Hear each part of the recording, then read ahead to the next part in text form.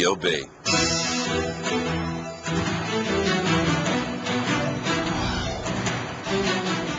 And a live look now as President Bush is arriving back in the United States. He left from here in Amman, Jordan, in the mid-morning hours here, local time, very early morning hours there in the United States, and has just arrived back to the United States after having a one-on-one meeting with the Prime Minister of Iraq.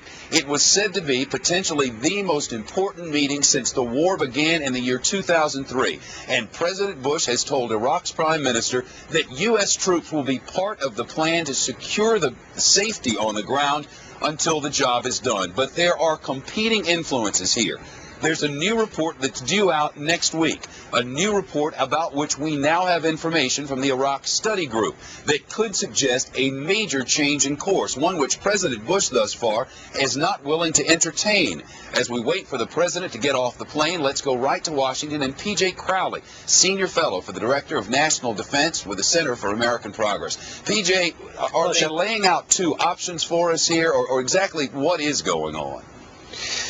Well, I think the Iraq Study Group, they're going to release their report on December 6th. If the rumors are correct, they will not, encourage the president to set a firm timetable for withdrawal of troops, but they will encourage the president to say, and particularly say to the Iraqis, that this is not an open-ended commitment, and sometime in the coming months the president should lay out a timetable to begin the withdrawal of at least some troops from Iraq. Of course, that would presuppose that the president is willing to see a major shift in our current strategy in Iraq, but as you say, his rhetoric overseas this week has said he's not ready to do that.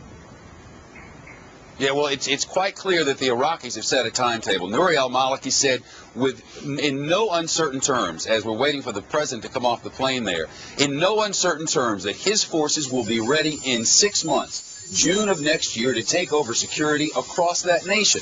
And the Iraq Study Group seems to be saying you've got to give them some incentive to do the work for themselves. If they have the idea that the United States is going to be there to try to keep the peace indefinitely, then they'll put off securing themselves indefinitely. That's the rub. How does the president act?